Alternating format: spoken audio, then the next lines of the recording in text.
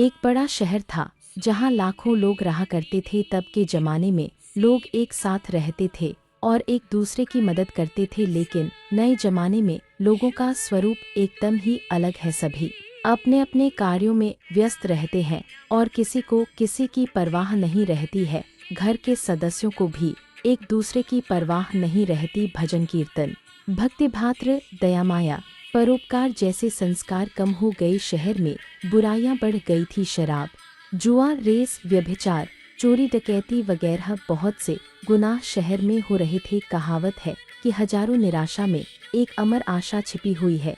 इसी प्रकार इतनी बुराइयों के बावजूद शहर में कुछ अच्छे लोग भी रहते थे। इन्हीं अच्छे लोगों में शीला और उनके पति की गृहस्थी मानी जाती थी। शीला धार्मिक प्रकृति की और संतोषी थी। उनका पति भी विवेकी और सुशील था।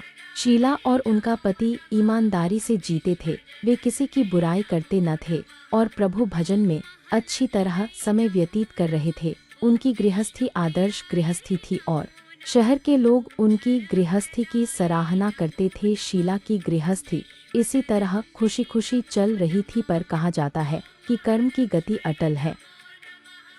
शीला को पति के बर्ताव से बहुत दुख हुआ, किंतु वह भगवान पर भरोसा कर सब कुछ सहने लगी। वह अपना अधिकांश समय प्रभु भक्ति में बिताने लगी। अचानक एक दिन दोपहर को उनके द्वार पर किसी ने दस्तक दी।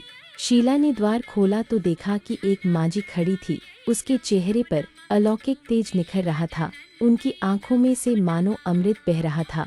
उसका भव्य चेहरा करुणा और प्यार से छलक रहा था। उसको देखते ही शीला के मन में अपार शांति छा गई। शीला के रोम रोम में आनंद छा गया। शीला उस मांझी को आदर के साथ घर में ले आई। घर में बिठाने के लिए कुछ भी नहीं था, अतः शीला ने सकुचाकर एक फटी हुई चद्दर पर उसको बिठाया। मांझी बोली, क्यों शीला, मुझे पहचाना नहीं? हर शुक्रवार को लक्ष्मी जी के मंदिर में भजन कीर्तन के समय मैं भी वहां आती हूँ। इसके बावजूद शीला कुछ समझ नहीं पा रही थी। फिर मांझी बोली, तुम बहुत दिनों से मंदिर नहीं आईं, अतः मैं तुम्हें देखने चली आई। माँ वैभवलक्ष्मी ने स्वयं बताई व्रत की विधि। माताजी के अति प्रेम भरे शब्दों से शीला का हृदय पिघल गया। उसकी आंखों में आंसू आ गए और वह बिलख बिलख कर रोने लगी। मांझी ने कहा, बेटी, सुख और दुख तो धूप और छांव जैसे होते हैं। धैर्य रखो बेटी, मुझे तेरी सारी परेशानी बता। माताजी के व्यवहार से शीला को काफी संबल मिला और सुख की आस में उसने माताजी को अपनी सारी कहानी कह सुनाई। कहानी सुनकर माताजी ने कहा, कर्म की गति न्यारी होती है। हर इंसान को अपने कर्म भुगतने ही पड़ते हैं, इसलिए तू चिंता मत कर। अब तू कर्म भुगत चुकी है, अब तुम्हारे सुख के दिन अवश्य आएंगे। तू तो माँ लक्ष्मी जी की भक्त है। माँ लक्ष्मी जी तो प्रेम और करुणा की अवतार है। वे अपने भक्तों पर हमेशा ममता रखती हैं, इसलिए तू धैर्य रखकर माँ लक्ष्मी जी का व्रत कर, इससे सब कुछ ठीक हो जाएगा। शीला के पूछने पर माताजी ने उसे व्रत की सारी विधि भी बताई। माताजी ने कहा, बेटी, माँ लक्ष्मी जी का व्रत बहुत सरल है। उसे वरदलक्ष्मी व्रत या वैभव लक्ष्मी व्रत कहा जाता है। यह व्रत करने वाले की सब मनोकामना पूर्ण होती है। वह सुख संपत्ति और यश प्राप्त करता है। शीला यह सुनकर आनंदित हो गई। शीला ने संकल्प करके आंखें खोली तो सामने कोई न था। वह विस्मित हो गई कि माँ जी कहाँ गई। विधाता के लिखे लोग कोई नहीं समझ सकता है। इंसान का नसीब पल भर में राजा को रंक बना देता है और रंक को राजा शीला के पति के अगले जन्म के कर्म भोगने के बाकी रह गए होंगे कि वह बुरे लोगों से दोस्ती कर बैठा। वह जल्द से जल्द करोड़पति होने के ख्वाब देखने लगा, इसलिए वह गलत रास्ते पर चढ़ गया और करोड़पति की बजाय रोड़पति बन गया, यानी रास्ते पर भटकते भिखारी जैसी उसकी हालत हो गई थी।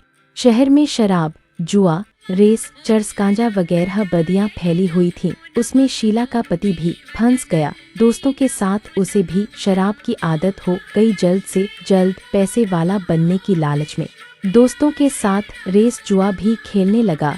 इस तरह बचाई हुई धनराशि, पत्नी के गहने, सब कुछ रेस जुए में गंवा दिया था। इसी तरह एक वक्त ऐसा भी था कि वह सुशील पत्नी शीला साथ मजे में रहता था और प्रभु भजन में सुख शांति से वक्त व्यतीत करता था। उसके बजाय घर में दरिद्रता और भूखमरी फैल गई। सुख से खाने की बजाय 2 वक्त भोजन के लाले पड़ गए और शीला को पति की गालियां खाने का वक्त आया था। शीला सुशील और संस्कारी स्त्री थी। शीला को तत्काल यह समझते देर न लगी कि माँ जी और कोई नहीं साक्षात लक्ष्मी जी ही थी। दूसरे दिन शुक्रवार था। सवेरे स्नान करके स्वच्छ कपड़े पहनकर शीला ने माँ जी द्वारा बताई विधि से पूरे मन से व्रत किया। आखिरी में प्रसाद वितरण हुआ। यह प्रसाद पहले पति को खिलाया। प्रसाद खाते ही पति के स्वभाव में फर्क पड़ गया। उस दिन उसने शीला को मारा नहीं, सताया भी नहीं। शीला को बहुत आनंद हुआ। उनके मन में वैभवलक्ष्मी व्रत के लिए श्रद्धा बढ़ गई। शीला ने पूर्ण श्रद्धा भक्ति से 21 शुक्रवार तक